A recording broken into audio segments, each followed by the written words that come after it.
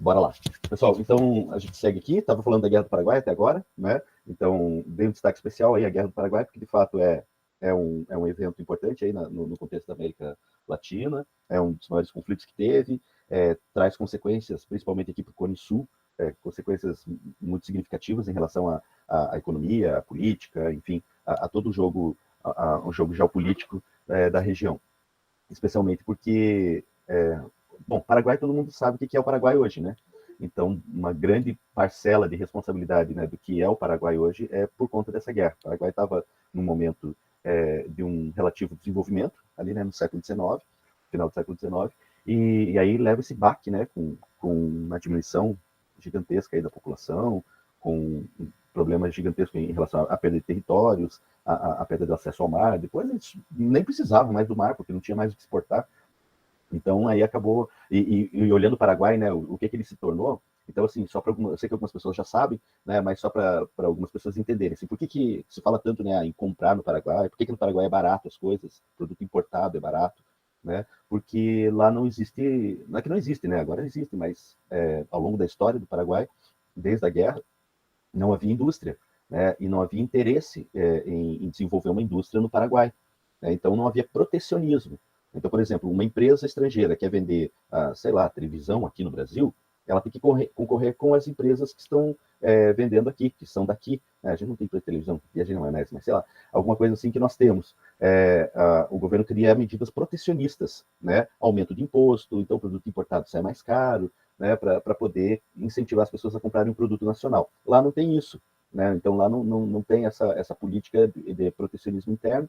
Então o produto que vem da China, por exemplo, ele entra numa boa, sem barreira, sem ter que pagar altos impostos. Então ele sai para o consumidor um valor muito, muito mais baixo do que sairia aqui no Brasil, por exemplo. Então o mesmo videogame que você compra aqui, né, aqui você tem ele um valor acrescido de impostos. Né? Lá não.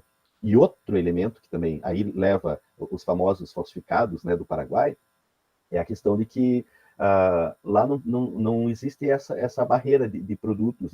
Por exemplo, aqui a gente tem uma série de entidades, né, que regulam qualidade de produto. Né? Então, a China, quando entrou no mercado industrial mundial, ela entrou sabendo que não ia conseguir concorrer com empresas norte-americanas, japonesas, alemãs, tudo mais. Então, eles pegam os mesmos produtos, eles fazem uma cópia, né?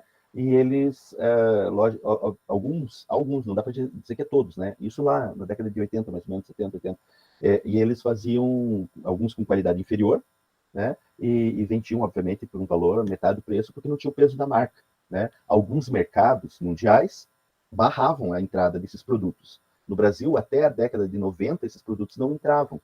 Né? A partir de 90, na era Collor, né, o Collor abriu para as importações, aí entrou. Por isso que começou aqui no Brasil surgir as lojinhas do I99, né, porque liberou a importação desses produtos, né, meio não, né, totalmente pirata, né, que você pega lá a coleção da Liga da Justiça, tem o Homem-Aranha, o Capitão América, uns troços assim meio fora da casinha.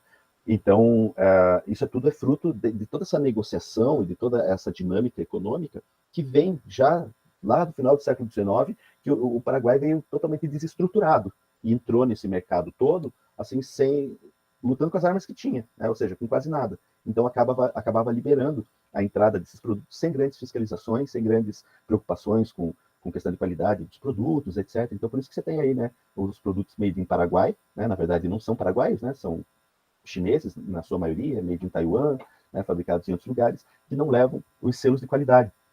E aí a gente vai para lá, a gente tem esse acesso, né, a esses produtos a um valor assim muito inferior do que se paga aqui. Né? Lógico que tudo isso acaba sendo relativizado de acordo com a cotação do dólar. Né? Então, hoje, por exemplo, você vai para o Paraguai, acaba não valendo a pena muitos produtos, porque, dado o valor do dólar muito alto, né, para a gente acaba se tornando quase trocar 6 por meia dúzia.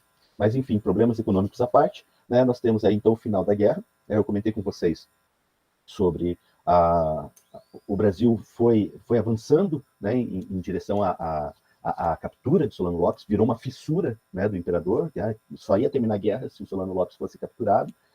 Então vai ter uma última batalha, a Batalha de Cerro Corá, né, hoje ali na fronteira do Paraguai com Mato Grosso do Sul, né, com a cidade de Ponta Porã ali, mais ou menos.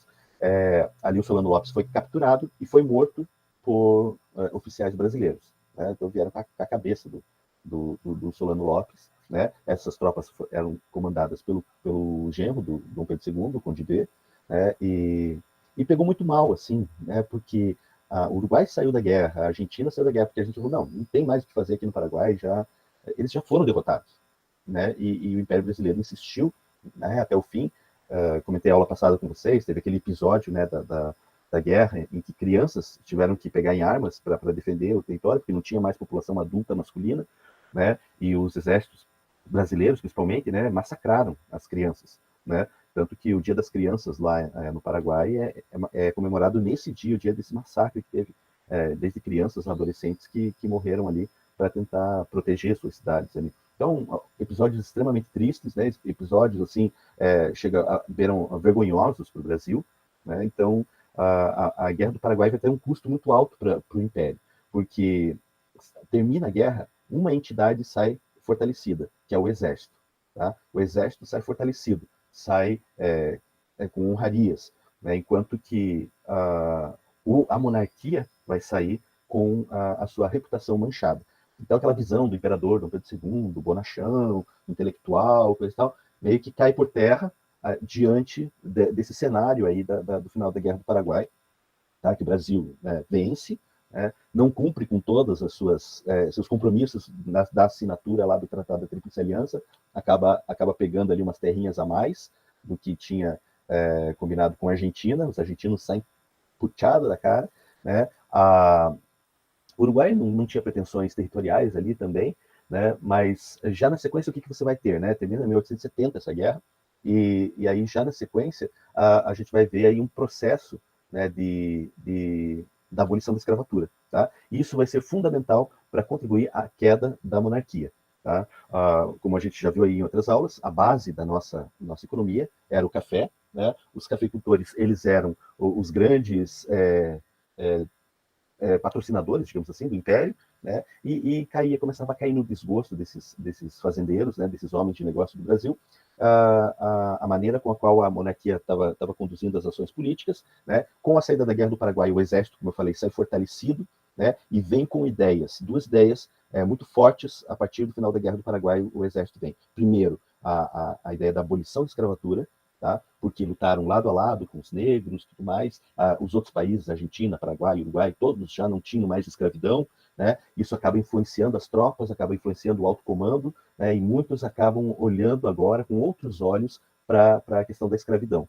Então começa a haver um sentimento abolicionista ampliado após a Guerra do Paraguai, embora isso já houvesse assim, uma pressão, né, principalmente dos ingleses, em relação a pôr fim à escravidão no Brasil, que, como vocês sabem, vai ser o último país aqui a abolir a escravidão em 1888. Então, esse processo de abolição vai ser um processo lento, né? Você vai ter ali a lei do ventre livre, né? Que é a primeira lei promulgada, que é a abolição da escravidão para aquelas... deixa eu colocar aqui.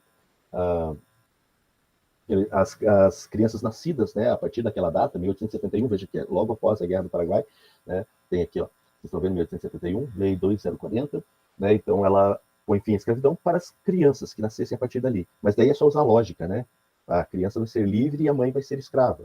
A criança vai alugar um AP, né, na praia de Copacabana, vai morar lá enquanto a mãe é escrava. Não fazer cumprimento isso. Então, é uma lei que morre na casca, né? Na prática, ela não acontece, ela não se efetiva. Né? Mais ridículo ainda vai ser a Lei Saraiva-Cotegipe, de 1885, já mais à frente, né? A famosa Lei dos Sexagenários, né? Onde os homens, a partir ali dos seus 65 anos, né, estariam libertos. Né? Só para vocês terem uma ideia, a média de idade do escravo, né? O escravo chegava à idade adulta, chegava ali aos seus 45 anos, mais ou menos, de idade.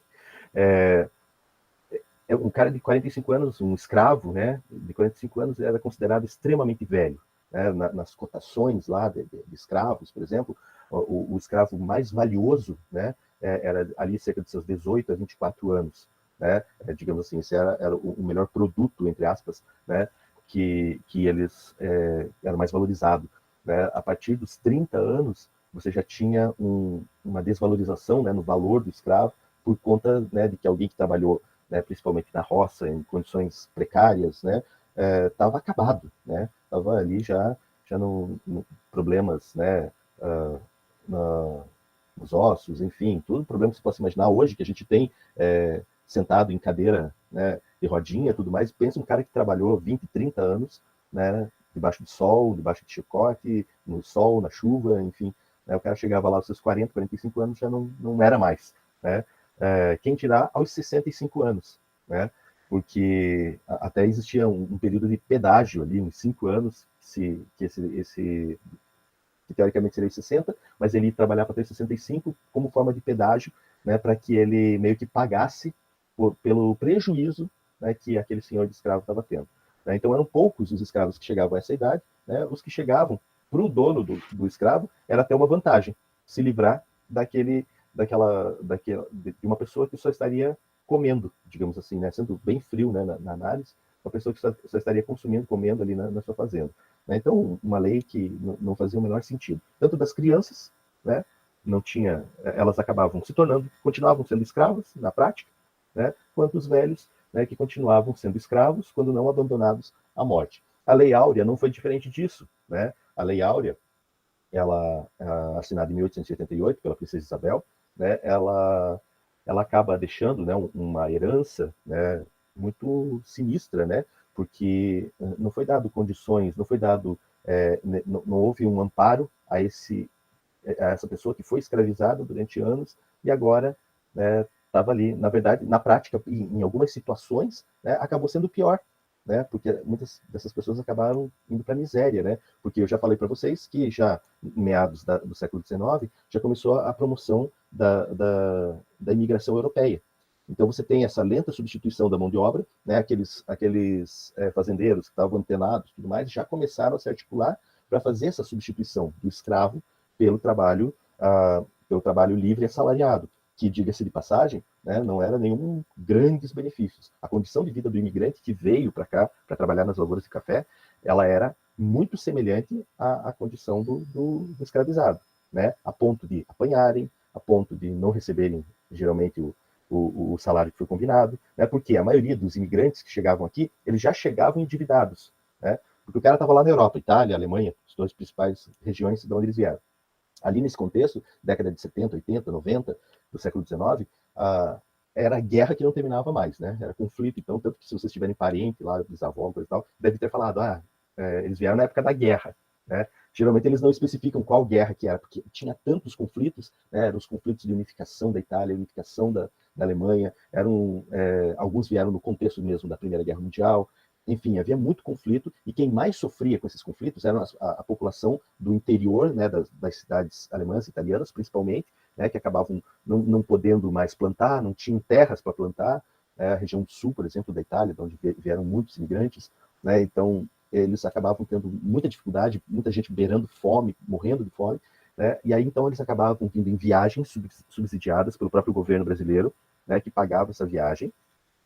E às vezes esses imigrantes eles vinham subsidiados por fazendeiros, e esses fazendeiros cobravam aqui através do quê? Através do trabalho, né? Então os caras chegavam aqui já endividados, né? Porque eles tinham que pagar a viagem que foi feita até aqui, né? Então não recebiam salário. Então para o fazendeiro era mais ou menos como se ele tivesse comprado um lote de escravos, né? E na mentalidade das pessoas daquela época também era muito, muito, muito semelhante, né? O italiano ele era visto como, né, o negro da Europa, né? Então a gente tem uma parcela da população que acabou vindo mais aqui para o sul, né? E até conseguiu terras, conseguiu ter uma dinâmica, né, de desenvolvimento diferenciado, né? Quem veio aqui formou colônias também, né? Então daí você vai ter alemães, italianos, holandeses, espanhóis, né? Mas o grosso dessa população que foi para as lavouras do café, em São Paulo, principalmente, né, acabaram passando por toda essa tensão. Então você tem um momento de transição aí, né, do trabalho escravo para o trabalho livre, né, que em certos momentos, até problemas diplomáticos a gente teve, dado aos maus tratos que esses imigrantes eram submetidos. Tá? E aí a gente tem assim, essa fragilidade, né, na dinâmica econômica do Brasil, né, que obviamente a maioria dos grandes senhores de terra, dos grandes latifundiários, não via com bons olhos o fim da escravidão. Eles entendiam que eles estavam sendo enganados pelo governo, eles entendiam que o governo deveria pagar uma indenização, porque na cabeça deles é assim, eu paguei pelo escravo. Então, como que o governo me tira uma coisa que eu paguei? O bem é meu, né? Então o governo tem que me pagar uma indenização. E, obviamente, o governo não pagou indenização nenhuma. Né? Na verdade, o governo deveria ter pago uma indenização para esses homens e mulheres que foram escravizados. Por isso que nós dizemos até hoje, nós temos uma dívida histórica, né, com as populações escravizadas. Né? Então, essa dívida histórica ela é difícil de ser paga, porque os herdeiros, né, dos latifundiários ainda acham que eles foram os prejudicados, né? E não essa população que foi açoitada, que foi maltratada, enfim, que viveu toda os problemas, né, relacionados à escravidão. Mas toda essa situação aí leva ao declínio da monarquia, né? A monarquia vai se desgastando, se desgastou com esses fazendeiros, com o processo de abolição da escravatura, estava se desgastando com o exército. Eu falei que o exército veio com duas ideias, eu falei da abolição e não falei da outra. A outra foi a ideia da república. Os outros países com os quais eles lutaram eram todas repúblicas. O Paraguai era uma república, o Uruguai era uma república, a Argentina era uma república, a América toda era uma república, os Estados Unidos era uma república e o Brasil ainda era uma monarquia. Então começou a se difundir aquela ideia que a monarquia era algo ultrapassado e que precisava ser reformulado, né, a política brasileira. Então as ideias republicanas começam a tomar conta, principalmente no exército, tá? Que a partir de agora começa a exercer um papel protagonista na história do Brasil, né? E depois começa a ganhar também outras instâncias aí simpáticas à República, inclusive dos próprios fazendeiros, né, que estão se vendo nesse contexto prejudicados por esse império abolicionista. Beleza, gente? Acho que por hoje é isso, já deu o nosso tempo. Boa última aula para vocês, eu já fiz chamada, podem ficar tranquilos. E aí a gente continua na próxima aula. Beleza, gente? Eu passei uma tarefinha lá para vocês, dá uma olhada lá no Classroom, eu sei que alguns já viram, né? Então, para fazer, se tiverem alguma dúvida, a gente me procure, me manda e-mail, cartas, sinal de fumaça, alguma coisa assim. Beleza, gente? Do jeito que o WhatsApp tá, essas coisas, eu vou ter que mandar um fax, professor. Pois é.